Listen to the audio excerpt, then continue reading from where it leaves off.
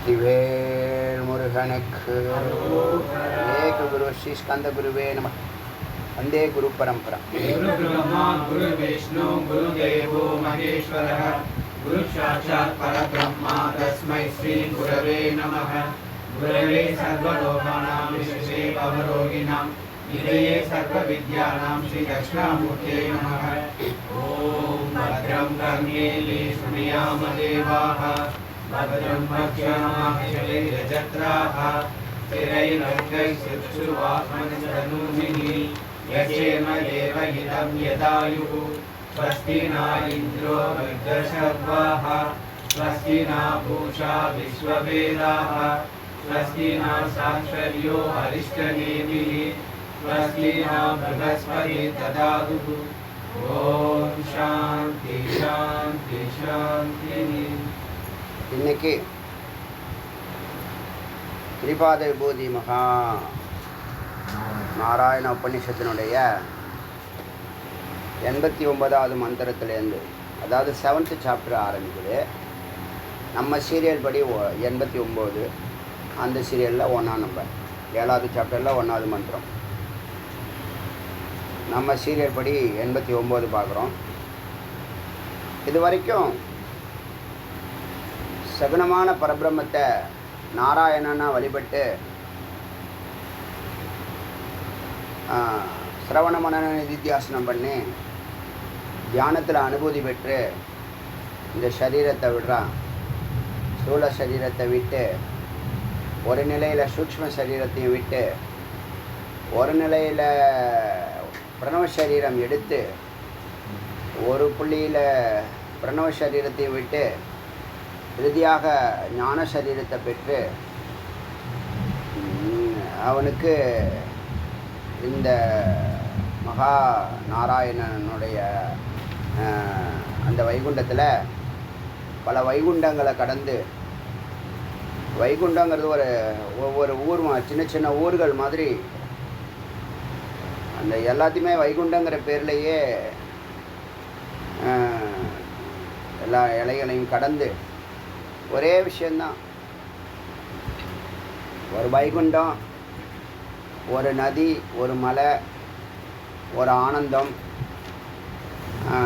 அப்புறம் அந்த ஊர் மக்களால் பூஜிக்கப்படுறான், இவன் பூஜிக்கிறான் அந்த தேவதையை.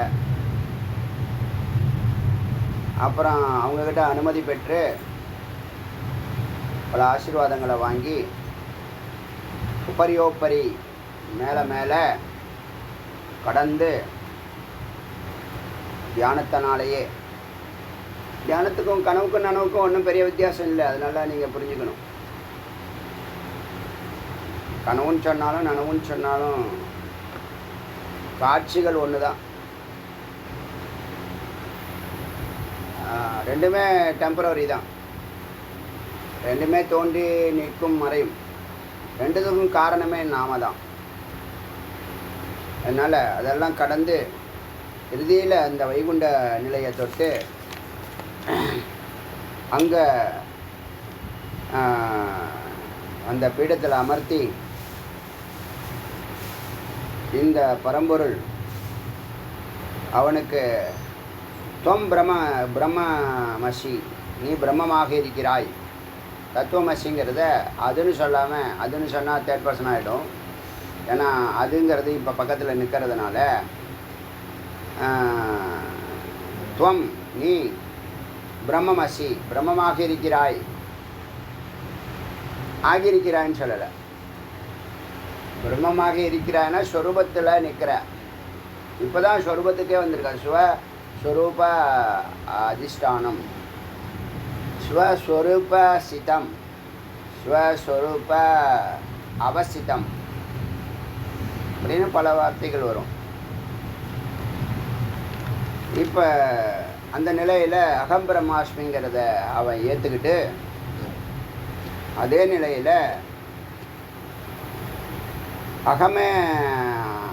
அகமேவ துவம், துவமேவ அகம், நீயே நான், நானே நீ அப்படிங்கிற வார்த்தைகளை சொல்லி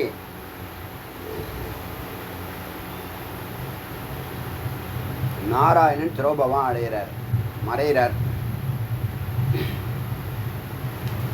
இந்த உபநிஷத்துலாம் வைஷ்ணவர்களே படிக்கலை போல இருக்கு. ஏன்னா தத்துவமசி அகம் பிரம்மாஸ்மி அதிலெல்லாம் எங்களுக்கு நம்பிக்கை இல்லாத மாதிரி பேசுவாங்க சில இடத்துல. அதெல்லாம் நீங்கள் கடந்து வரணும் வேதாந்திகள், அதெல்லாம் கண்டுக்கூடாது. நமக்கு வேதம்தான் பிரமாணம், யார் பேச்சும் கேட்கக்கூடாது. யார் பேசினாலும் பிரமாணம் இருக்கான்னு கேளுங்க. மந்திரம் இருந்தால் அது எந்த உபநிஷத்துன்னு எடுத்து பாருங்கள், செக் பண்ணிவிட்டு சொல்கிறேன்னு சொல்லிவிட்டு செக் பண்ணுங்கள். செக் பண்ண இருந்தால் ஒத்துக்குங்க, இல்லைன்னா அதை இக்னோர் பண்ணிவிட்டு போயிட்டே இருங்க. ஏன்னா இங்கே எல்லாம் அவன் இஷ்டத்துக்கு தான் வாழ்க்கை நடத்துகிறான். வேதத்தை அங்கங்கே ஊறுகாய் மாதிரி தொட்டுக்கிறான். தனக்கு சாதகமான இடத்துல வேதம் வேலை செய்யும், தனக்கு பாதகமான இடத்துல வேதத்தை அப்படியே துண்டை போட்டு துணியை போட்டு மூடி மண்ணள்ளி போட்டு மூடி போடுறாங்க. பல இடத்துல சுயநலம், செல்ஃபிஷ்னஸ் போட்டோம். வேதாந்திகள் அப்படி இருக்கக்கூடாது, மெய்ப்பொருளை நிற்கணும். விவேக ரக்ஷகன்னு ஒரு பேர் இருக்குது உங்களுக்கு. விவேகத்தை ரட்சிக்கக்கூடியவர்கள். விவேகம் விடவே கூடாது. அப்புறம் நேற்று ஒரு நுட்பமான கருத்தை தியானத்தில் இப்படி தான் செய்யணும் அப்படிங்கிறத சொன்னோம். அதில் சில கிளாரிஃபிகேஷன் கொடுத்துட்டு மந்திரத்தை தொடர்றேன். மந்திரம் திரும்ப அதே மாதிரி தான் நிர்குணமாக பயணிக்க போகிறான். இப்போ சகுனமாக பார்த்த இடத்தையெல்லாம் இப்போ நிர்குணமாக பார்க்க போகிறான். ஸோ இறுதியில் நிர்குணத்துக்கு வந்துட்டாங்க, வந்து தான் ஆகணும். சூக்ஷ்மம் இல்லாமல் ஸ்தூலம் கிடையாது. விதையும் இல்லை. விதை இல்லாமல் செடி இருக்கா? விதை இல்லாமல் ஏதாவது ஒரு மரமோ செடியோ, அதாவது மூலம் இல்லாமல், முதல் பொருள் இல்லாமல் ஏதாவது இருக்கா? அதனால் ஸ்தூலம் நேராக வந்துச்சு அப்படியே இருந்துச்செல்லாம் ஒத்துக்க முடியாது. இதெல்லாம் கொஞ்சம் அறிவு சார்ந்த நிலையை நம்ம தொடரும்போது இந்த விசாரமெல்லாம் தர்க்கம்லாம் வரும். நம்ம தர்க்கம் ஒரு நாளும் போகக்கூடாது. தர்க்கம் போனீங்கன்னா நேரம் waste, energy waste, time waste, அது முடியாது. தர்க்கம் குதர்க்கமாக போயிடும், அர்த்தம் அனர்த்தமாக போயிடும். அதனால் அதில் போயிட்டு மன உளைச்சலுக்கு ஆளாக வேண்டாம். அவன் சந்தேகத்தில் கேட்குறானா, தெரிஞ்சுக்கணும்னு கேட்குறானா, அது உங்களுக்கு தெரியும். அவன் தெரிஞ்சுக்கணும்னு கேட்குறானா, தெரிஞ்சுக்கிட்டு கேட்குறானா அப்படின்னு. தெரிஞ்சிருக்கு, ஆனால் அவனுக்கு சந்தேகம் இருக்குன்னா அந்த சந்தேகத்தை நிவர்த்தி பண்ணுறதுக்காக நம்ம சொல்லலாம், தவறு இல்லை. பொறுமை காத்து சொல்லலாம். அவன் குதர்க்கம் பண்ணணும்னு கேட்குறான் அப்படின்னு சொன்னால் அவங்ககிட்ட பேசுகிறதுக்கு ஒரு அவசியமே இல்லை. அங்கேயே தாட்சண்யம் பார்க்காம டக்குன்னு கட் பண்ணி விட்டுணும், அவ்வளோதான் அவசியம். சரிப்பா நீ சொன்னது கரெக்டுப்பா அப்படின்னு சொல்லிவிட்டு ஒரு ஸ்மைல் பண்ணிவிட்டு குட் பை சொல்லிட்டு கிளம்பிடணும். அந்த இடத்துல நிற்கக்கூடாது. சில இடத்துல அப்படி வளைஞ்சு தான் போக வேண்டியதாக இருக்குது. ஏன்னா முட்டாள் கூட தர்க்கம் பண்ணினீங்க, வாக்கு விதானம், யார் முட்டாள்னு தெரியாமல் போய்டும். நாம் பேசுகிறதெல்லாம் பிரமாணத்தோடு பேசுகிறோம், பிரமாணம் இல்லாமல் பேச மாட்டோம். அப்படி ஏதாவது அனுமானம் இருந்தால் அனுமானங்கிறத சொல்லுவோம். அதுக்கப்புறம் அனுமானம் எல்லாமே பிரமாணமாக மாறிக்கிட்டு தான் இருக்குது. இது நீங்கள் சொன்னீங்க, அதுக்கு மந்திரம் இது வரைக்கும் கிடைக்கலன்னு ஏதாவது இருந்தால் சொல்லுங்கள். எல்லாம் ஒரு வாரத்துலேயே ஒரு வருஷத்துக்குள்ளேயே கிடைச்சிடுது. சில அனுமானங்கள்லாம் 4 வருஷங்கள் 5 வருடங்கள் கழித்து கூட, ஆனால் எனக்கு அது நல்லா தெரியும். நம்ம அனுமானத்தில் சொன்னதுக்கு இப்போ மந்திரம் கிடைச்சிருக்குங்கிற இதை நான் ரெனியூவல் பண்ணுவேன். ஏன்னா நம்ம அதை தேடிக்கிட்டே இருக்கிறதுனால. முதல் டைம் தானே இப்போ நம்ம 11,000 மந்திரத்தையும் 108 உபநிஷத்தையும் முதல் டைம் நாம் தான் ஃபஸ்ட்டு படிக்கிறோம் இந்தியாவிலேயே. நாட் ஒன்லி தமிழ்நாடு, இந்தியாவிலே. ஏன்னா ஹிந்தியில் தான் இருக்குது மூலம், மந்திரம் சம்ஸ்கிருதத்தில் இருக்குது, பாஷ்யம் ஹிந்தியில் இருக்கிறதுனால முதல் டைம் நாம் தான் ஃபஸ்ட்டு படிக்கிறோம். அதனால் மந்திரம் பிரமாணம், அதை வச்சு தான் பேசணும். மந்திர பிரமாணம் இல்லாமல் பேசுகிறத ஏற்றுக்காதீங்க, அவ்வளோதான். இப்போது இந்த நேற்று பேசிய அந்த நுட்பத்தில் பிரசன்னா ஒரு வாய்ஸ் மெசேஜ் போட்டிருந்தார். அதில் நீங்கள் அன்பு, அமைதி, ஆனந்தம், புனிதம், அமிர்தம் இந்த மாதிரி வார்த்தைகளை சொன்னீங்க. அதை விட புரோமத்தியில் ஒரு சுடராக பார்க்குறது தான் பொதுவாக எல்லோரும் சொல்லுவாங்க. அந்த சுடராக பார்த்து தியானம் பண்ணக்கூடாதா, பண்ணலாமா, பண்ணட்டுமா அப்படின்னு கேட்டார். சுடராக பார்க்குறதே ஒரு வடிவம் எடுத்துருது, ஸ்தூலமாகிடுது. ஸ்தூலம்னா மித்து போயிடும். அப்புறம் அந்த சுடருக்குள்ள ஒரு சூக்ஷ்மம் இருக்குமா இருக்காதா? அந்த சூக்ஷ்மந்தான் நீங்கள் பார்க்க வேண்டியது. அதுதான் அமைதி, அன்பு, ஆனந்தம். இதெல்லாம் விடுங்க. ஜென்ரலாக இப்போ நீங்கள் யாருமே வேதாந்தம், சித்தாந்தம் இதெல்லாம் படிக்கல, வேத சாஸ்திரம்லாம் எதுவும் படிக்கல, குருலாம் இல்லை. பொதுவாக நீங்கள் கடவுளை போய் எப்படி பார்க்குறீங்க? கடவுளை நீங்கள் எப்படி பார்க்குறீங்க? எல்லாருமே ஒரே பாவத்தில் தான் பார்க்குறோம். எல்லா ஜீவராசிகளும், உலகத்தில் உள்ள எல்லா ஜீவராசிகளும் ஒரே பார்வை தான் பார்க்குது. அதுதான் அன்பு வடிவம். எனக்கு மனம் இறங்க மாட்டியா? ஒரு பெற்றோர் ஸ்தானத்தில் தான் பார்க்குறோம். இல்லை வேறுபட்டு பார்க்குறோமா? வேறுபட்டு பார்த்தாலும் அன்பு தான் அங்கே மூலமாக இருக்கும். அது யார் சொல்லி கொடுத்தா? அந்த அப்பா அம்மாவும் இறைவனை இப்படி தான் பார்க்கணுன்னு சொல்லித்தர மாட்டாங்க. இது வயிற்று வலியோ, தலைவலியோ, நெஞ்சு வலியோ, அதுலேருந்து நிவர்த்தி வேணுமா, சுவாமிகிட்ட போய் கேட்கணும். ஸ்கூலில் அட்மிஷன் வேணும், காலேஜில் அட்மிஷன் வேணும், டாக்டர் சீட்டு வேணுமா, சுவாமிகிட்ட போய் கேட்கணும். வேலை வேணுமா, சுவாமிகிட்ட கேட்கணும். கல்யாணம் ஆகணுமா, குழந்தை வேணுமா, வீடு வேணுமா, மனைவி வேணுமா, மக்கள் வேணுமா, சாமிகிட்ட கேட்காம அவனுக்காவது நடந்திருக்கா? நடந்தால் ஆக்சிடென்ட்னு சொல்லுவான். மற்றபடி அரேஞ்செலாம் என்னது, எல்லாம் சுவாமியை கேட்டு தான் செய்கிறோம். இது நம்ம கல்ச்சர். இப்போ எல்லாரும் பார்க்குற பார்வை அன்பு பார்வை தான். அதனால் அன்பே சிவம். புரியுதா? முருகனை எப்படி பார்க்குறோம்? முருகனை கருணையாக பார்க்குறோம். பெருமாளை எப்படி பார்க்குறோம்? புத்தியாக பார்க்குறோம், பொருளாக பார்க்குறோம், பணமாக பார்க்குறோம். இப்படி தானே பார்க்குறீங்க. ஆனால் எல்லாத்துக்குள்ளேயும் எப்படி கேட்குறோம்? அன்பாக கேட்குறோம். கடுப்பாய் கேட்குறோமா? பாவத்தில் கேட்குறோமா? வீராவேசம் பண்ணி கேட்குறோமா? ஒரு தயனீய பாவத்தில் கேட்குறோம். நீ செஞ்சு கொடுங்க, செஞ்சு கொடுங்க, செஞ்சு கொடுங்கன்னு கேட்குறோம்ல. அப்போ நீ எது ஆப்ஜெக்ட் பண்ணாலும் அது ஸ்தூலமாகிடும். ஸ்தூலமாக இருக்கிறது மறைஞ்சு போகும். நீங்கள் சுடராக பார்த்தீங்கன்னா சுடரையே தியானம் பண்ணி நீங்கள் சுடராக போகிறீங்களா? 4 புஜம் வச்சுருக்க சங்கு சக்கர கதாதாரியாக பார்த்து சங்கு சக்கர கதாதாரியாவாக இருக்க போகிறீங்களா? வடிவம் எல்லாமே இந்த உலகத்துக்கு அன்பை நிலைநிறுத்தணும், தர்மத்தை நிலைநிறுத்தணும், அமைதியாக வாழணும், சௌகரியமாக வாழணும். இதானுங்க குறிக்கோள் எல்லாருக்கும். அன்பும் அமைதியாக ஆனந்தம் தாங்க இறுதி பொருள். வேறு என்ன இருக்குது? அதுக்கு முன்னாடி எல்லாம் படிக்கட்டு தான். இப்போ சுவாமிக்கு சகஸ்ர நாமம் இருக்குது. நாமளே இப்போ 1000 வார்த்தைகளை செலக்ட் பண்ணி பேசிக்கிட்டே வரோம். பிரம்மத்தினுடைய வார்த்தைகள், ஜீவனுடைய வார்த்தைகள். வார்த்தைகள்னா என்னது? ஜீவனை வெளிப்படுத்தக்கூடிய வார்த்தைகள், ரெப்ரசன்ட் பண்ணக்கூடிய வார்த்தைகள், ஜெகத்தை ரெப்ரசன்ட் பண்ணக்கூடிய வார்த்தைகள், இறைவனை ரெப்ரசன்ட் பண்ணக்கூடிய வார்த்தைகள். இதெல்லாம் நம்ம பார்க்குறோம். இதெல்லாம் என்னது? நிர்குணமாக இருக்குது, சூக்ஷ்மமாக இருக்குது. இதை வெளிப்படுத்துறதுக்கு தான் என்ன பண்ணுறது? ஜீவனும் பரமனும் ஜெகத்தும் இருக்குது. அதனால தான் சூக்ஷ்மம் இல்லாத ஸ்தூலம் எதுவும் இல்லை. இப்போ நீ எதுவும் ஆக போகிற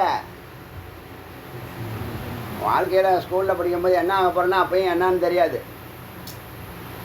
தெரிஞ்ச விசேஷம் ஒன்றில் நிற்பான், தெரியலன்னா எல்லாம் தேடி பார்த்து மார்க் வரட்டும் பார்க்கலாம். பாஸ் பண்ணுறேன்னா முதல்ல பார்க்கலாம். சீட்டு கிடைக்குதா பார்க்கலாம், வேலை கிடைக்குதா எல்லாத்துக்குமே அரைக்குறை போட்டோம். அப்படி இருக்கிறது வேறு. கொஞ்சம் தெளிவாக இருக்கிறவன் என்ன வருவான்? இதான் படிக்க போகிறோம்பா, இந்த வேலைக்கு தான் போக போகிறோம்பா, எல்லாத்தையும் ஒன்றில் கரெக்டாக இருக்கும். நீங்கள் அவங்கெல்லாம் பார்த்தீங்கன்னா தெளிவாக இருப்பாங்க, கரெக்டாக கிளிக் பண்ணிட்டு போயிட்டே இருப்பாங்க. இந்த குரு இல்லாதது, அறிவு இல்லாதது தான் என்ன பண்ணோம்? பல விதமாக அலைஞ்சி தெரிஞ்சு அடிபட்டு உதப்பட்டு ஏதோ கிடைக்கிறத வாழ்க்கை நடத்த ஓட்டிக்கிட்டு இருக்கேங்க. 50 வயசுலலாம் நூடுல்ஸாக போய் வண்டி என்னது நொண்டி ஓடிக்கிட்டு இருக்கு அப்படின்னு சொல்கிறாங்க. என்னமோ சொல்கிறாங்க. வயசாக ஞானம் பெருக ஆனந்தம் பெருகணும், அன்பு பெருகணும், அமைதி பெருகணும். அதுதான் முடிவு. சுபம் சிவமாக போகுதுன்னு அர்த்தம். வயசாக நோயும் நொடியும் கவலையும் துக்கமோ பயமோ தரித்திரமோ மரண பயமோ இதெல்லாம் என்ன காரணம்? அஜ்ஞானம். இறைவனை தேடுற வயசில் எங்கேயாவது சுற்றிடுறது, ஈஸியாக போயிடுறது, பீச்சுக்கு போயிடுறது, சும்மா இருந்தாலும் பீச்சுக்கு வான்னு கூட்டின்னு போயிடுது.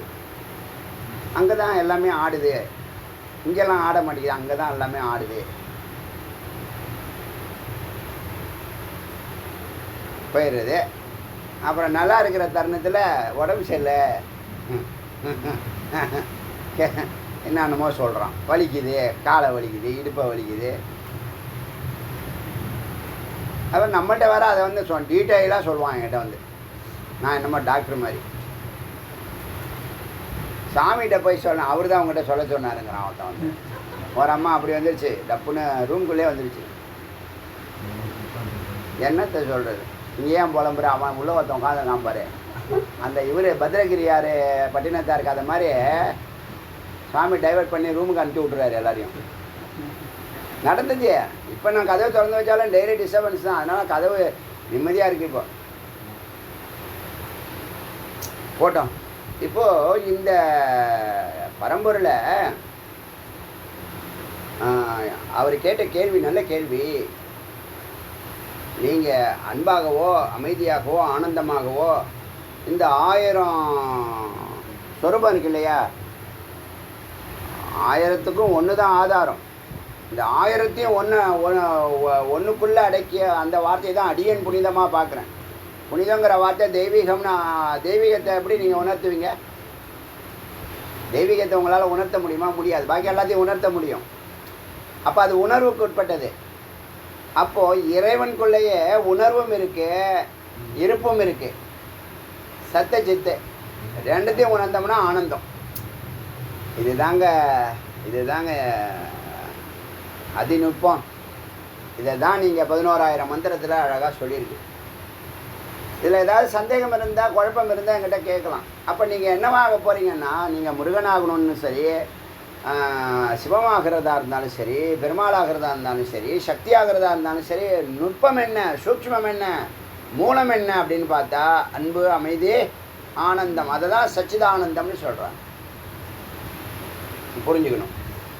அப்புறம் வேதாந்திகளுக்கு இந்த உள்ள நீங்கள் பார்க்குறீங்கல்ல அந்த பார்வை, அந்த வார்த்தை அந்தர்லட்சியம்னு பேர். அது அந்த வார்த்தையை எழுதிங்க, அந்தர்லட்சியம்னு பேர்.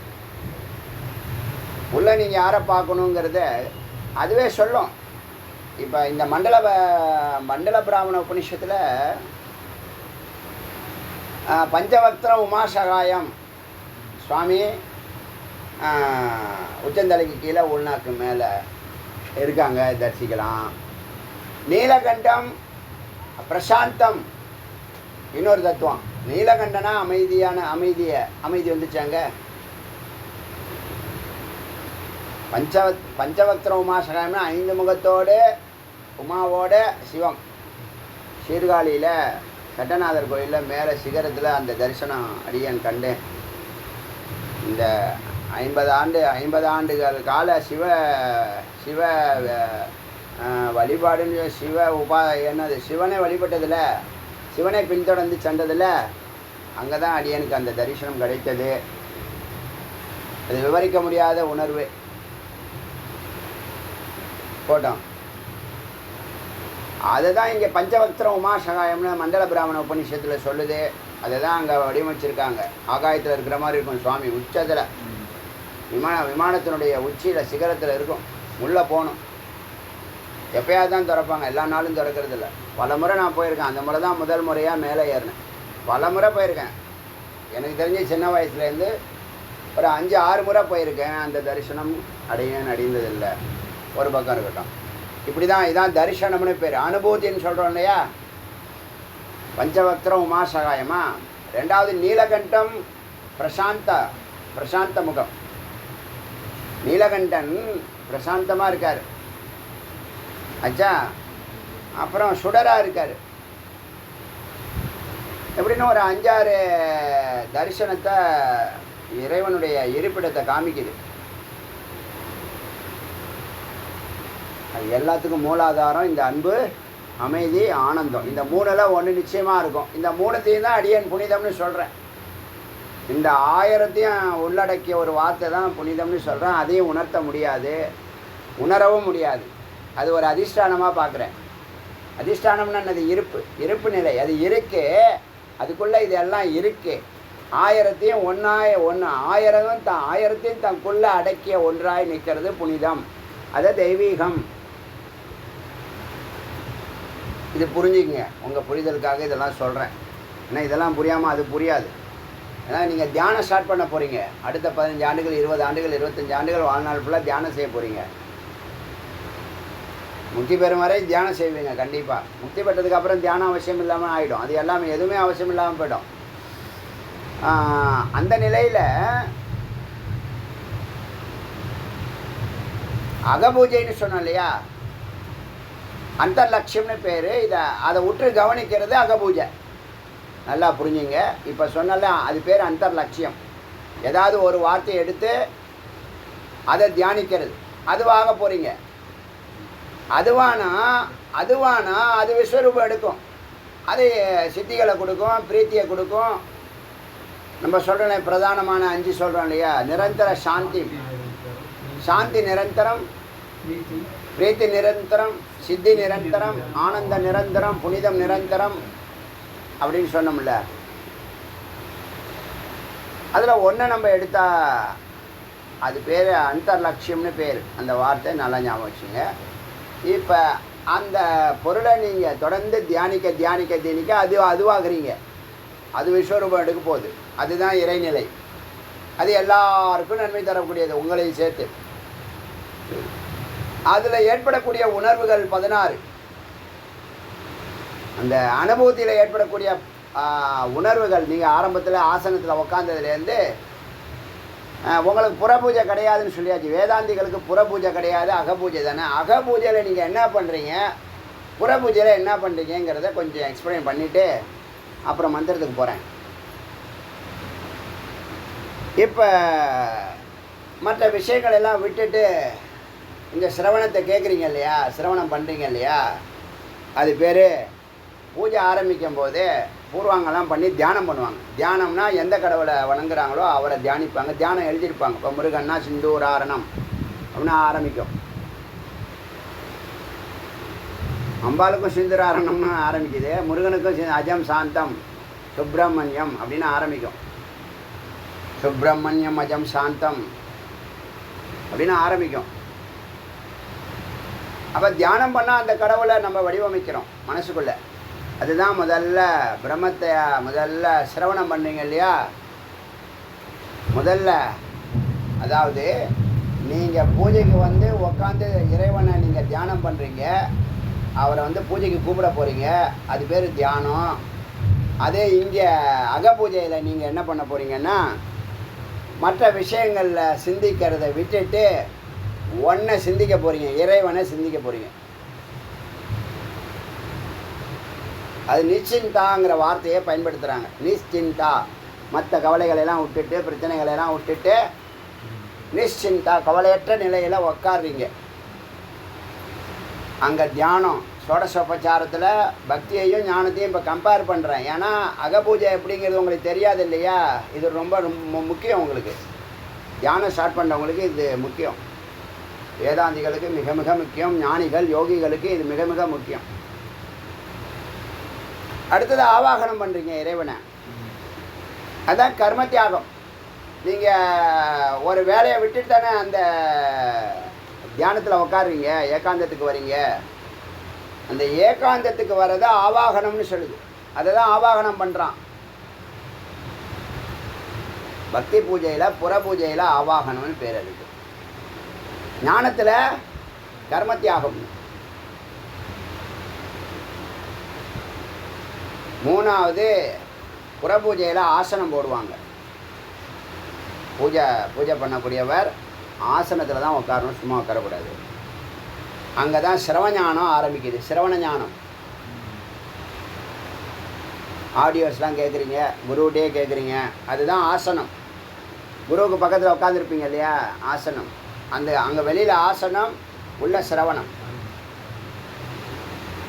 பாத்தியம் சொல்லுவீங்க.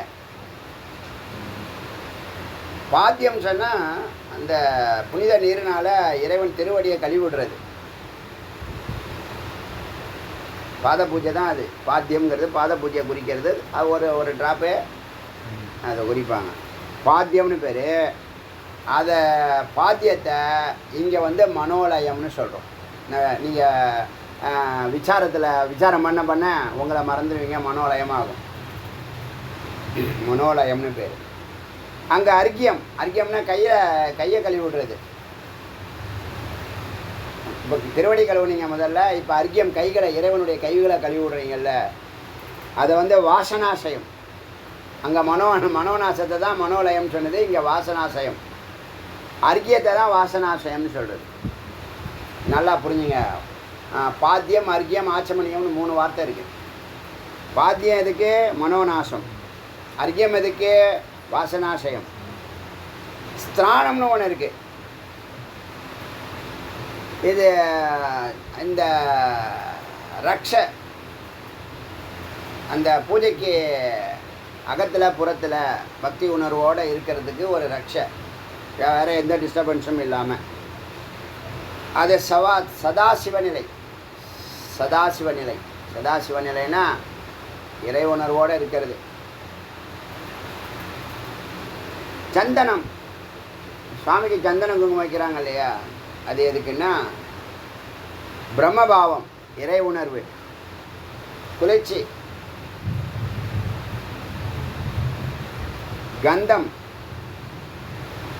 கந்தம் வாசனை திரவியங்கள் பூசுகிறாங்க இல்லையா, அது சர்வாத்ம பாவம்.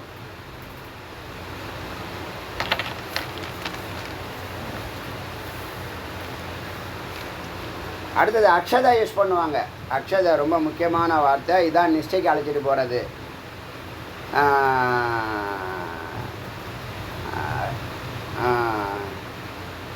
இந்த ஸ்வஸ்திதம் சொல்கிறோம், நிஷ்டை ஸ்வஸ்திதம்னு சொல்கிறோம் இல்லையா, அதுதான் அக்ஷதம். அசையாமல் நிற்கிறோம் இல்லையா, நிஷ்டை. அதான் நிஷ்டைனே சொல்லலாம், நிஷ்டைனே போடுங்க.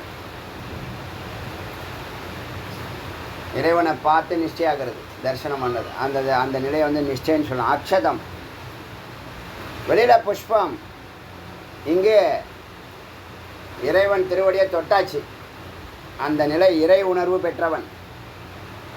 முதல்ல பாவம், இப்போ இறை உணர்வு பெற்றவன். தூபம் எதுக்குன்னா ஞானாக்னி. தூபம் ஞானாக்னி.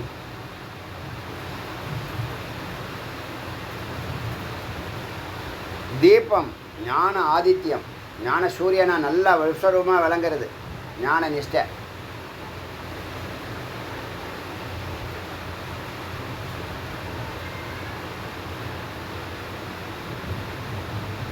நைவேத்தியம் ஜீவ ஈஸ்வர ஐக்கியம். நைவேத்தியம். நமஸ்காரம் அகம் பிரம்மாஸ்மி. நமஸ்காரம் சித்து சகசிராரம் போன சித்து சத்தோடு சேர்றது, அகம் பிரம்மாஸ்மி. அதான் நமஸ்காரம். நைவேத்தியம் நமஸ்காரம். பிரதட்சிணம். பிரதட்சிணம் வந்து நான் நமஸ்காரம் வரணும், சரி பரவாயில்ல. பிரதட்சிணம் நிஷ்டா.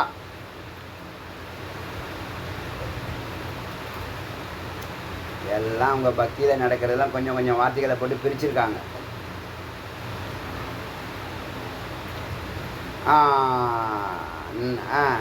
என்னது? இல்லை பிரதட்சிணம் சொல்லணும்னா பிரதட்சிணம் நிஷ்டா 2 இடத்துல போட்டிருக்காங்க. நமஸ்காரம் 2 முறை போட்டிருக்காங்க. நமஸ்காரம் சோகம் பாவில் 2வது முறை இறுதியா. மௌனமாக இருக்கிறது ஸ்துதி. ஸ்துதி பாடுறீங்க இல்லையா, விசர்ஜனா அந்த பூஜையை கலைப்பாங்க, சுவாமி யதாஸ்தானத்தை கொண்டு போய் வைப்பாங்க. இந்த நமஸ்காரம் இதை வந்து எந்த ஆதாரத்தில் இதெல்லாம் சொல்கிறீங்க ஜின்னா, இதுதான் மண்டல பிராமண உபநிஷத்தில் 4வது சாப்டர். மந்திரம் வந்து கிட்டத்தட்ட 20-25 மந்திரத்துக்கு மேலே எழுதியிருக்கேன். மந்திரம் எழுதியிருக்கேன். அப்போ நீங்கள் ஒன்றும் இல்லை, இதெல்லாம் முன்ன பின்ன இருக்கட்டும். இதெல்லாம் உங்கள் அகபூஜையில் நடக்கிற நிகழ்ச்சிகள். நீங்கள் சாதாரணமாக சிரவணம் மனனம் நிதித்தியாசனம் பண்ணி தியானம் பண்ணால் இந்த 4 தான் நீங்கள் பண்ண போகிறீங்க. இந்த 4 தான் இவங்க 16 என்ன பண்ணியிருக்காங்க, தனித்தனியாக பிரித்து காமிச்சிருக்காங்க. அப்போ புறபூஜை அகபூஜையாக உங்களுக்கு மாறுதுன்னு சொன்னால் உங்கள் தியானம் ஒரு பூஜை மனப்பான்மையோடு செய்யப்பட வேண்டுங்கிறது தான் அர்த்தம். உங்கள் தியானத்தை, உங்கள் விசாரத்தை, உங்கள் நிதித்தியாசனத்தை, உங்கள் சிரவணத்தை, மனனத்தை, நிதித்தியாசனத்தை, தியானத்தை மிகுந்த பக்தி ஸ்ரத்தையோட புறபூஜை இல்லைன்னு சொல்லும்போது அகபூஜையாக இதை பண்ணணும். அப்போ நீங்கள் தியானத்துக்கு போகும்போதே அந்த பக்தி உணர்வோடு தான், பூஜ்ய பாவத்தோடு தான் போகணும். இறை உணர்வுன்னு வெவ்வேறு இடத்துல சொல்லுது. அது தமிழ் பண்ணியிருக்கேன், இது கொஞ்சோண்டு இது பண்ணியிருக்கேன். அதுக்கு ஹிந்தியில் நல்லா தனித்தனி வார்த்தைகள் அழகாக இருக்குது. ஆனால் அர்த்தம் இதான் வரும், பொருள் இது தான் வரும். அது நான் தத்துவமசியில் இதை இன்னும் விசாரம் பண்ணுற மாதிரி பேசலாம். இது விட்டுற கூட இருக்கட்டும். இது எதுக்குன்னா நீங்கள் அந்தர்லட்சியம்னுங்கிற ஒரு பொருளுக்கு வரப்போகிறீங்க, ஒன்றுக்கு வரப்போகிறீங்க. 11,000 மந்திரத்தை ஒரு வார்த்தைக்கு கொண்டு வரீங்க. அந்த ஒரு வார்த்தையை நீங்கள் 25 ஆண்டுகள் தியானிக்க போகிறீங்க. இந்த 1000 வார்த்தையும் நீங்கள் தியானிக்கலாம். 1000 வார்த்தையும் தியானிக்கலாம், 100 வார்த்தையும் தியானிக்கலாம், 10 வார்த்தையும் தியானிக்கலாம், 5 வார்த்தையும் தியானிக்கலாம், 3 வார்த்தையும் தியானிக்கலாம், ஒரே வார்த்தையும் தியானிக்கலாம். இது எல்லாத்தையும் ஒரு அகண்ட பார்வை பார்த்ததுக்கப்புறம் உங்கள் உயிரை தொடக்கூடிய அற்புதமான வார்த்தைகள் இதே மாதிரி 5, 3, 1, 10, 10க்கு மேலே போகாதீங்கன்னு நாட்கள் கிடையாது. 10 வார்த்தையாக்கி 5 ஆக்கி 3 ஆக்கி 1 ஆக்கி இருக்கோம். இது என்னுடைய அறிவுக்கு எட்டின ஒரு ஃபார்மேஷன். உங்கள் அறிவுக்கு இதை விட ஆழமான விஷயம் உங்களுக்கு தோணுதுன்னு சொன்னால் நீங்கள் அதை கடைபிடிக்கலாம். இது பொதுவான ஒரு எல்லா யூனிவர்சல் ட்ரூத்தாக இருக்கணுங்கிறதுக்காக ஒரு மாடல், ஒரு ஸ்கிரிப்டு, ஒரு கைட்லைன்ஸ் எல்லாருக்கும் பொதுவானதாக இருக்கணுங்கிறதுக்காக இந்த அமைச்சு கொடுக்குறேன். அடியன் இந்த ட்ராக்கில் தான் போகிறேன். அடியன் எப்படி போகிறேனோ அப்படி தான் உங்களுக்கு சொல்லி தந்துட்டுருக்கேன். ஏன்னா ஒரு மந்திரத்தினுடைய சப்தார்த்தம் சொல்லியிருக்கேன், அதில் மாற்றுக்கருத்து இல்லை. பாவார்த்தம் இருக்கிறபடியே சொல்லியிருக்கேன், அதுலேயும் மாற்றுக்கருத்து இல்லை. அது அப்படியே இருக்கும். இந்த அனுபூதி விஷயங்கள் இருக்குது பார்த்தீங்களா, அங்கே தான் சின்ன சின்ன மாறுபாடுகளை அடியன் ஏற்படுத்துகிறேன். புரியுதா? மந்திரத்தின் ஆதாரத்தில் அடியன் அனுபூதிக்கு உட்பட்ட கருத்துக்களை ஆனால் உங்களால் மறுக்க முடியாது, யாராலையும் மறுக்க முடியாது. அனுபூதி செய்யும்போது அது புரியும். இப்போ நான் சொல்லும் போதே உங்களுக்கு புரியுதில்ல, உங்களுக்கு நான் சொல்லும் போதே உங்களுக்கு இது தயக்கம் இருக்குது, சந்தேகம் இருக்குன்னா அது இடிக்கும் உங்களை. உங்களுக்கு இடிக்கலைல்ல, தயக்கமோ சந்தேகமோ இல்லை, அப்படியே ஸ்வீகாரம் பண்ணுதில்ல. அதுதான் மெய்ப்பொருளுடைய விசேஷம். ஆத்மா மெய்ப்பொருளை தான் விரும்பும், மெய்ப்பொருளில் தான் நிற்கும். சத்தியமேவ ஜெயத்தை. சத்தியமான அர்த்தமாக இருந்ததுன்னா அது உங்கள் ஆத்மா ஏற்றுக்கும். இல்லைன்னா அது அங்கே நிற்கும், உள்ளே விடாது அது. அதனால தான் மனம் சத்தியத்துக்கு தலைவணங்கணும்னு சொல்கிறது. இது புரியுதா? இது ஒரு மாடல். புரியுதா? இதையே நீங்கள் ஃபாலோ பண்ணணுங்கிறது இல்லை, இப்படி தான் ஃபாலோ பண்ணணுங்கிறதுக்காக சொல்லித்தரேன். புரியுதா? இப்போ அகபூஜையும் புறபூஜையும் ஒரே விஷயமாச்சா? பக்தியும் ஞானமும் ஒன்றுங்கிறத நல்லா புரிஞ்சுக்கணும். ஞானத்தில் நீங்கள் என்னென்ன செய்கிறீங்களோ அனுபூதி ஆகிற வரைக்கும் என்னென்ன நடக்குதோ அதே இதுதான் பக்தியில் செஞ்சு காமிக்கிறாங்க, ஸ்தூலமாக செஞ்சு காமிக்கிறாங்க. இது யாருக்கு? சாமானியர்களுக்கு, சம்சாரிகளுக்கு பக்தி யோகம் புறபூஜை அவசியம். வேதாந்திகளாக ஆகிட்டிங்கன்னா புறபூஜையை விட்டுட்டு அந்த நேரத்தை அகபூஜைக்கு பயன்படுத்துனீங்கன்னா நிரந்தரமான ஆனந்தத்தை. கோல் எல்லாருக்கும் என்னங்க? இறுதி கோல் என்னங்க? எல்லாருக்கும் இறுதி கோல் என்ன? அன்பு, அமைதி, ஆனந்தம். ஏன் இறைவனை தேடுறீங்க நீங்கள்? எல்லாரும் இறைவனை தேடி ஏன் வரான்? ஆனந்தம், அமைதி, அன்பு, அமைதி, ஆனந்தம் தானே கேட்குறீங்க. போதும் கேட்குறது என்ன? அன்பு கூட கேட்க மாட்டான், ஆனந்தம் தான் கேட்பான், அமைதி கேட்பான். அன்புனா ஒன்றும் இல்லை, எல்லாருக்கும் அது கிடைக்கட்டும்னு நினைக்கிறது அன்பு. சர்வாத்ம பாவம் தான் அன்பு. அன்பு இருந்தால் தான் பரோபகார்த்தம் பண்ணுவீங்க, இல்லைன்னா பரோபகார்த்தம் பண்ண மாட்டீங்க. ஒரு யோகியாக நின்று போயிடுவீங்க. பரோபகார்த்தம் இல்லைன்னா சர்வாத்ம பாவம் வராது, நீங்களும் வெளியில் வர மாட்டீங்க, நீங்களும் உள்ளே இருப்பீங்க. உங்களை இந்த உலகத்துக்கு யாருக்கு தெரியாமலே போய்டும். நீங்கள் ஆனந்தமாக யோகியாக இருப்பீங்க, ஞானியாக இருப்பீங்க, பிரயோஜனம் இல்லை, உங்களுக்கு பிரயோஜனம். இதுதான் அங்கே இருக்கிற விஷயம். உடம்பை விட்டு வெளியில் வரணும், உடம்புலே இருக்கக்கூடாது.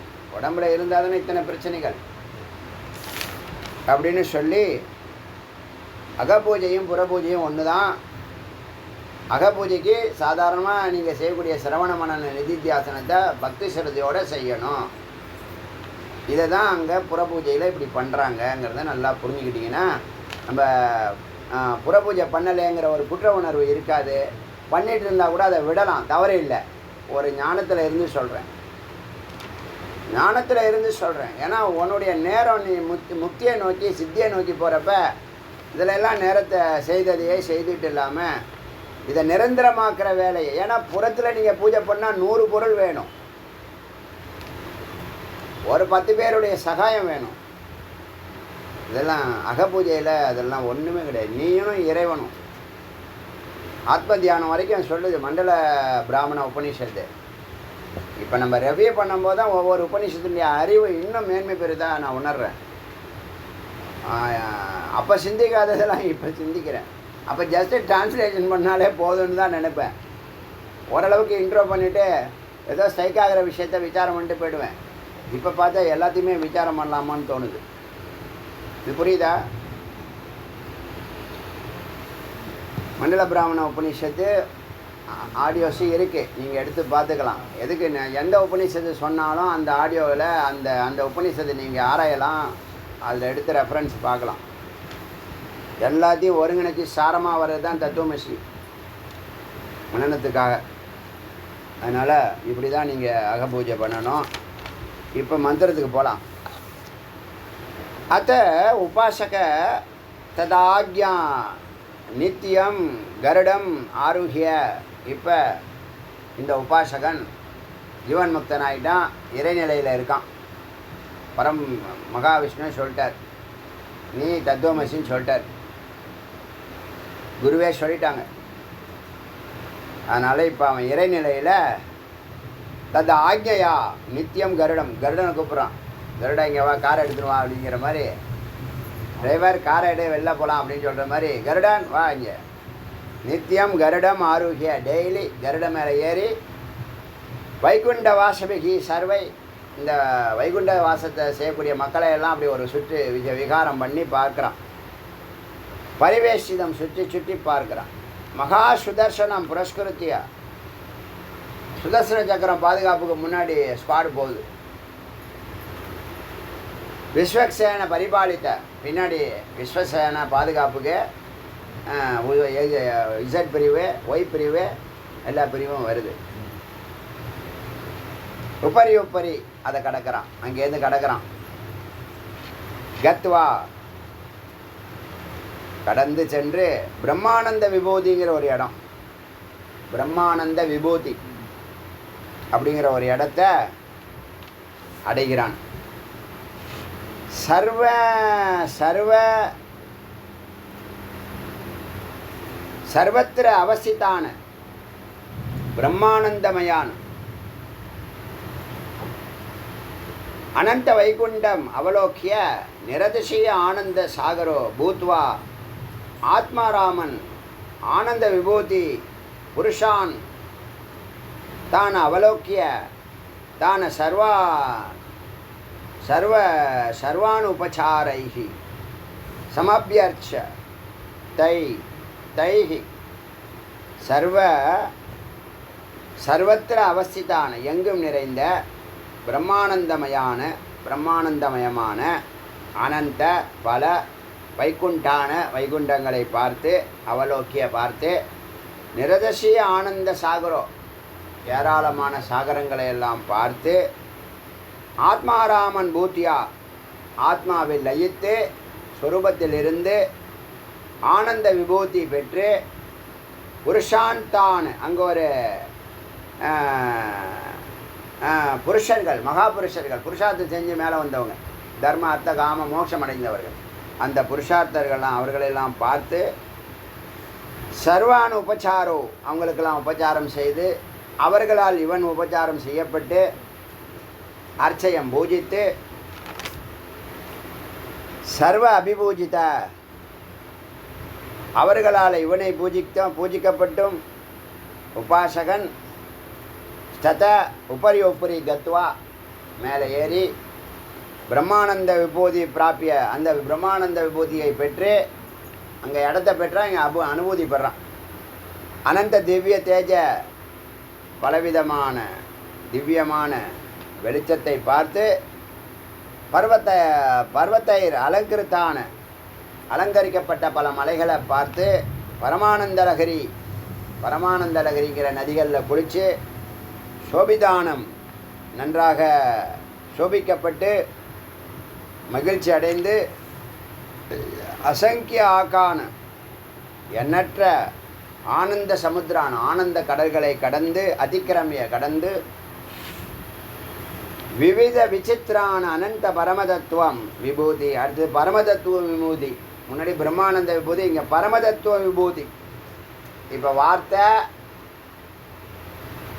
நிர்குணமாக இருக்குது. பரமதத்துவம் பிரம்மானந்தம் அப்படி வருது, பிரம்மங்கிற பேருக்கு வருது. பரமதத்துவ விபூதி சமஷ்டி விசேஷான, பொதுவாக இருக்கக்கூடிய, பொதுப்படையாக இருக்கக்கூடிய, சமஷ்டியாக இருக்கக்கூடிய பெரிய பரம கௌதுகான, மேலான உற்சாகத்தோடு பிரம்மானந்த விபூதியை அனுபவித்து விசேஷான அதிக்கிரமே, அதை கடந்து உபாசக, இந்த உபாசகன் பரமகௌத்துக்கம், மேலான உற்சாகத்தை பெற்றான். தத்தக சுதர்சன வைகுண்டபுரம். அடுத்தது சுதர்சன வைகுண்டபுரம். ஆபாத்தி இருக்கிறது, விளங்குகிறது. நித்திய மங்கலம் அனந்த விபவம். நித்திய மங்கலம், எப்போதும் மங்களம் தான் அங்கே. அனந்த விபவம், பல வைபவங்கள், உற்சவங்கள். சகசிர ஆனந்த பிரகாரம், பலவிதமான ஆயிரக்கணக்கான பிரகாரம்னா கோட்டைகள், அரண்மனைகள், இதெல்லாம் பிரகாரங்கள். பரிவேஷிதம் சூழ்ந்த அயுத்தனா 10,000. குக்ஷ யுபலட்சிதம், மைதானங்கள்,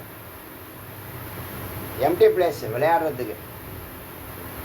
அனந்த கோடி உத்கட ஜுவலதர மண்டலம், மேலான எல்லையற்ற மேலான பிரகாசிக்கக்கூடிய மண்டலங்களை கவனித்து நிரதிசய திவ்ய தேஜோ மண்டலம், எல்லையற்ற திவ்யமான மண்டலங்களை கடந்து பிருந்தாரக பரமானந்தம் சுத்த புத்த ஸ்வரூபம் ஆனந்தானந்த அனந்தானந்த சௌதாமினி. பிருந்தகாரக பிரமானந்தம், ஆனந்தம் கூட்டமாக இருக்குது, பிருந்தமாக இருக்குது. எப்படி இருக்குன்னா சுத்தமாக இருக்குது, தூய்மையாக இருக்குது, அறிவாக இருக்குது, ஸ்வரூபமாக இருக்குது. அனந்த ஆனந்த சௌதாமினி, எல்லையற்ற வெளிச்சமும் மின்னல். சௌதாமினா மின்னல், வெளிச்சம். பரம விலாசம், பல இருப்பிடங்கள். நிரதிசய பரமானந்த பாராவரம், பல கடல்கள், பரமானந்த கடல்கள். பாராவரமும் கடலை குறிக்கும், பிரம்மத்தையும் குறிக்கும், கடலையும் குறிக்கும். அனந்தைர் ஆனந்த புருஷை, பல மகா புருஷர்களை கண்டு சித்ரூபை அதிஷ்டிதம், சித்து வடிவாய் இருக்கக்கூடிய, உணர்வாய் இருக்கக்கூடியதாய் அந்த சுதர்சன வைகுண்டபுரம் விளங்குகிறது, அமைந்துள்ளது. தன் மத்தியே, அதன் மத்தியில் சுதர்சன மகாச்சக்கரம், அது நடுவில் சுதர்சன மகாச்சக்கரம் இருக்குது. சரணம், அது நகரும்.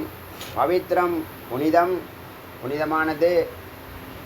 விதத்தம், பரவி நிற்பது. புராணம், பழமையானது. ஏன பூத்தஸ்தராதி, இதனை தொட துஷ்கிருத்தானி பார்க்க, தேன பவித்ரேன சுத்தேன அவர்களெல்லாம் புனிதமாகவும் சுத்தமாகவும் ஆகிறார்கள். பூதா அதி பாபமானம் ராத்தீம் தரம் அதிபாபங்கள் எல்லாம் அவங்கள விட்டு போகுது. லோகஸ்ய துவாரம் அர்ச்சிதம் பவித்ரம் ஜோதிஷமதம். இந்த லோகத்தினுடைய வாசலாக இருக்கிறது, துவாரத்தில் வாசலாக இருக்கிறது, புனிதமான ஜோதிஷம் வெளிச்சமாக இருக்கிறது இந்த சக்கரம். மகஸ்வத்து ரொம்ப சிறப்பு வாய்ந்தது. அமிர்தஸ்ய தாரா பகுதா அமிர்த மழை தாராவாக பகுதா பலவாறு தோகமானம் சுரந்து கொட்டுகிறது. சரணம்னா லோகே பலவிதமாய் பொழிய இந்த லோக மக்கள் எல்லாம் நகரவாசிகள் அந்த நகரவாசிகளுக்கெல்லாம் சுதித்தாம் ததாத்து சுபிக்ஷத்தை நன்மையை ஏற்படுத்துகின்றது.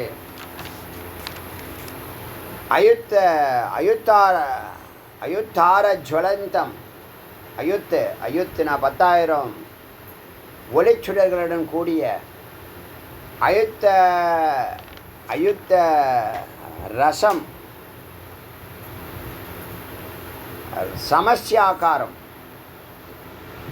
10,000 ஒளியுடன் 10,000 சுவையுடன் நிரதிசய விக்கிரம விலாசம் ரொம்ப ஏராளமான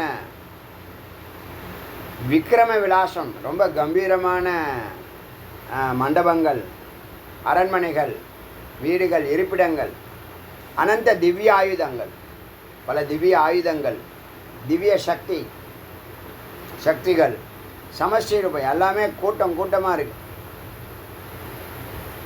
அங்கே மகாவிஷ்ணுரா அனர்கலம் மகாவிஷ்ணுடைய செழிப்பு பிரதாபம் விக்கிரகம் பிரதாபம் அவருடைய வீர தீர பிரதாபம் வடிவம் அயுத்தாயுத கோடி யோஜன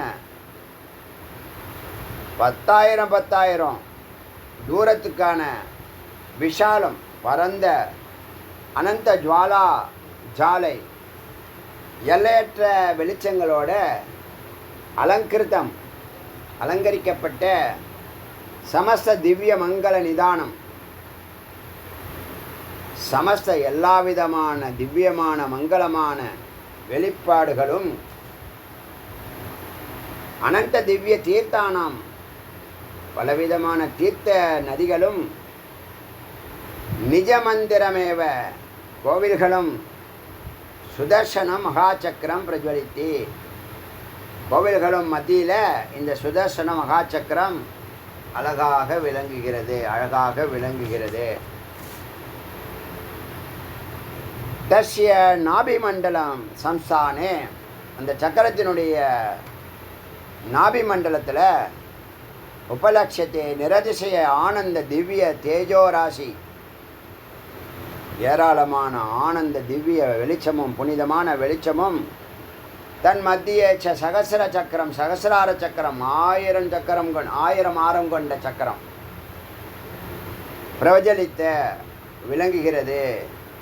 தது அகண்ட திவ்ய தேஜோ மண்டலாக்காரம் அது பரந்த விரிந்த திவ்யமான புனிதமான ஒளியுடன் மண்டல ஆக்காரத்தோடு விளங்குகிறது. பரமானந்த சௌதாமினி பரமானந்தத்தை மின்னலாய் கொடுக்கிறது.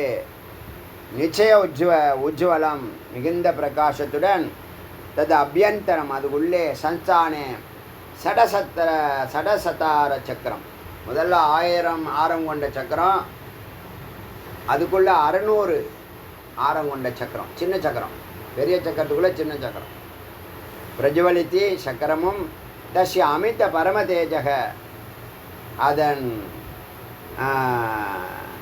நடுவில் அழியாத பரமதேஜ மேலான ஒளியுடன் பரம விகார சம்சான விசேஷ உள்ள சுத்தக்கூடிய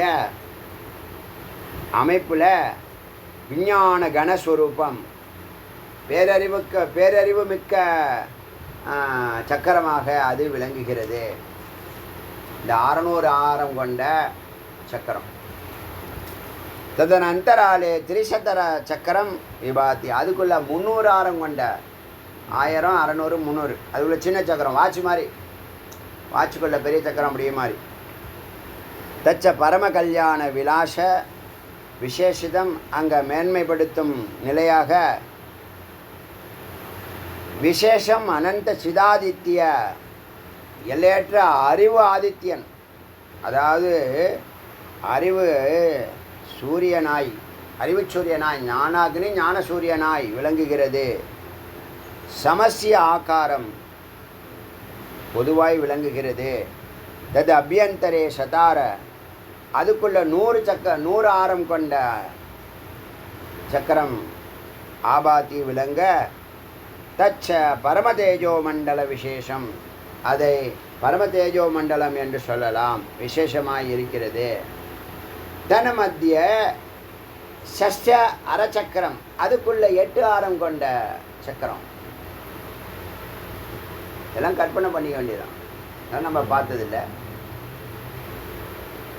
சக்கரம் ஆபாத்தி விளங்குகிறது. தச்ச தச்ச பிரம்ம தேஜக பரமவிலாச விசேஷதம் அது பிரம்மத்தினுடைய வெளிச்சமாய், வெவ்வேறு வார்த்தை ஒரே அர்த்தம் தான். பிரம்ம தேஜமாய் பிரம்மத்தினுடைய தேஜஸா விளங்குகிறது. பரம விலாசம் மிகுந்த கேளிக்கை தரக்கூடியது, இன்பம் தரக்கூடியது, உற்சாகம் தரக்கூடியது விசேஷமாக இருக்கிறது. அது அபியந்தே சன்சானே சடுகோண சக்கரம் ஸ்டாரு 6 கோணம், ஒரு ஸ்டார் மாதிரி ஒரு சக்கரம் பிரஜ்வலித்து 6 கோணமுடைய. தச்ச தச்ச அபரிச்சிதானந்த அங்கே எல்லையற்ற சித்தானந்தம் அறிவானந்தம் ஏற்பட திவ்ய தேஜோ ராஷ்யம் ஆக்காரம் திவ்ய தேஜ ராஜோ திவ்யமான புனிதமான வெளிச்சம் ஆக்காரமாய் வடிவமாய் தென்பட தபியந்தரே சன்சானே சட்கோண சக்கரம் பிரஜ்வலித்த 6 கோண சக்கரம் விளங்குகிறது, நகர்கிறது, சுற்றுகிறது. தச்சாபரிச்சின்னானந்த திவ்ய தேஜோராசயம் அதே தான். அதனுடைய இப்போ மேலே சொன்ன எல்லாத்துக்கும் ஒரே கருத்து தான். திவ்யம் தேஜம் எல்லையற்றது, திவ்யம் புனிதம், தேஜோ வெளிச்சம், அபரிச்சின்ன எல்லையற்றதாக விளங்குகிறது. தது அபியந்தரே மகானந்த பதம். இப்போ மகா ஆனந்த பதம்னு அதுக்குள்ளே போகிறாங்க. இந்த சுதர்சன சக்கர புறத்துக்குள்ளே போய் மகா சக்கரத்துலேருந்து சின்ன சின்ன சக்கரமாக வந்து அதுக்குள்ளே நுட்பமான 10 பிரகாரம் வச்சுங்களேன். இப்போ எத்தனை ஆச்சு? 1000 சுதர்சன சக்கரம், அப்புறம் 1000, அப்புறம் 600, அப்புறம் 300, அப்புறம் 100, அப்புறம் 8. இப்போ 8க்கு அப்புறம் 4. இது இந்த ஷட்கோணம் 6, அதுவே 8 பிரகாரம் ஆயிடுச்சு. அதுக்குள்ள மகானந்தபரம் பதம், மகானந்த பதம்னு ஒரு இடம் இருக்குது. தத் கர்ணிகாயாம் சூரிய இந்து வகினி மண்டலானி அதுக்குள்ளே ஒரு மேடை இருக்குது. அந்த மேடையில் சூரியன், சந்திரன், அக்னி மண்டலங்கள் நிறைந்திருக்கிறது. சின்மயானி ஜுவலந்தி எல்லாம் விளங்குகிறது. 3 புள்ளி மாதிரி, ஒன்று சூரியன், ஒன்று சந்திரன், ஒன்று அக்னி. நம்ம கண் இருக்கிற முக்கோணம் அது மாதிரி. தத்ரோ உபலட்சியத்தை அருகில் நிரதிசய திவ்ய தேஜோ ராசி. ரொம்ப பஞ்சம் இல்லாமல் இந்த வார்த்தையை திரும்ப திரும்ப திரும்ப திரும்ப திரும்ப திரும்ப நீ பேசுகிற அப்படிங்கிற மாதிரி. நிரதிசய திவ்ய தேஜோ ராசிகி தது அபியந்தர் சம்சானே அதனுள்ளே யுக பத உதித்த அனந்த கோட்டி ரவி பிரகாசம் அதுக்குள்ள அனந்த கோடி பிரகாசமுடைய சூரியன் ரவி பிரகாசக சுதர்சன புருஷோ. இந்த சுதர்சனத்துக்கு அதிபதியாக இருக்கக்கூடிய தேவதை அதுக்குள்ளே உட்காந்துருக்கு. விராஜத்தே இந்த அருகோணத்துக்குள்ள என்ன பதம்? மகானந்த பதம் 9வது இடம். மகானந்த பதம் 9. அதுக்குள்ள சுதர்சன புருஷன் அதுக்கு அதிபதியான தேவதை புருஷக விராஜத்தே அமர்ந்திருக்கிறார். சுதர்சன புருஷோ மகாவிஷ்ணுரவ அவர் மகாவிஷ்ணுவை போல இருக்கிறார். அது வரைக்கும் பார்க்கலாம். மிச்சத்தை நாளைக்கு பார்க்கலாம். 101 வரைக்கும் பார்த்துருக்கோம்.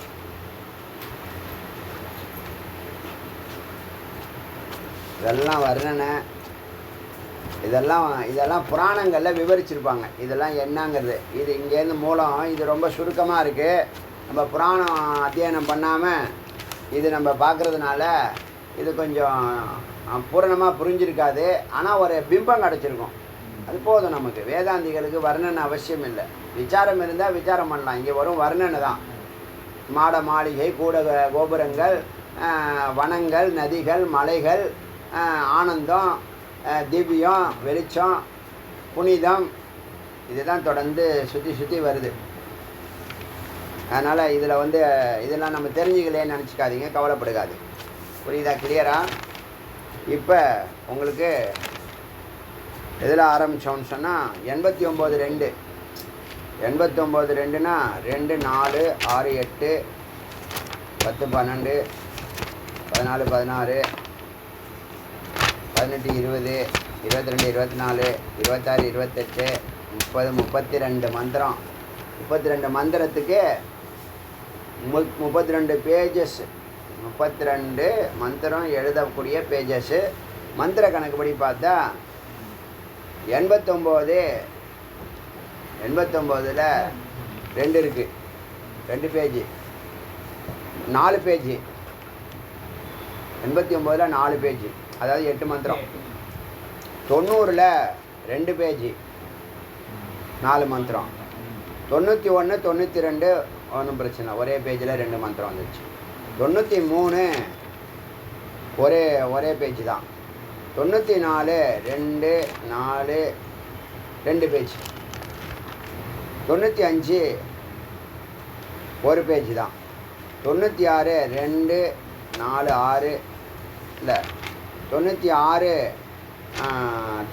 ஒரு பேஜ் தான். 97 ஒரு பேஜ் தான். 98 99 ஒரு பேஜ். 100 ஒரு பேஜ். 101 ஒரு பேஜ். 102 ஒரு பேஜ். 103 இதெல்லாம் பார்க்கல. எது வரைக்கும் பார்த்துருக்கோன்னா 101 வரைக்கும் பார்த்துருக்கோம். அப்போ 89 to 101 எத்தனை மந்திரம்? 13 மந்திரம். ஆனால் பேஜ் எத்தனை பேஜ் ஆகிருக்கு? 1 2 3 4 5 6 7 8 9 10 11 12 13 14 15 16 2ன்னா கூட 32 மந்திரம் பார்த்து சம. எனிவே புரிஞ்சுங்க, போதும். அருணாச்சல சிவ அருணாச்சல சிவ அருணாச்சல சிவ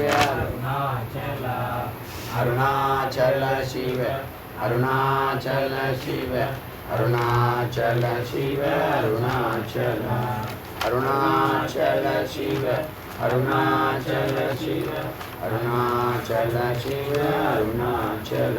திவேல் முருகனுக்கு குருவாய் அருவாய் புலராய் இலராய் அருவாய் மலராய் மணியாய் மொழியாய் கருவாய் முனியாய் கதியாய் விதியாய் குருவாய் வருவாய் அருள்வாய் முகனே வெற்றிவே